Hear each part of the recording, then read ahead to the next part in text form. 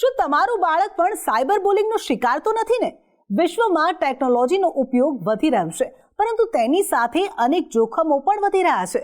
Digital વિશ્વમાં બાળકોની સુરક્ષાને લઈ અને અનેક પ્રશ્નો ઊભા થઈ રહ્યા છે.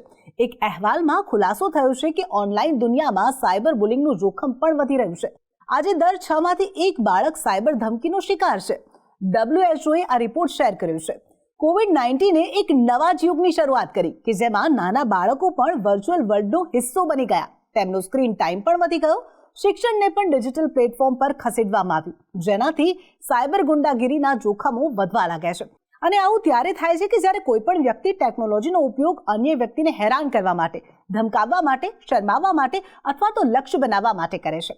આ માટે સ્માર્ટફોન, કોમ્પ્યુટર, ટેબ્લેટ અને ગેમિંગ સિસ્ટમની પણ મદદ લેવામાં આવે છે.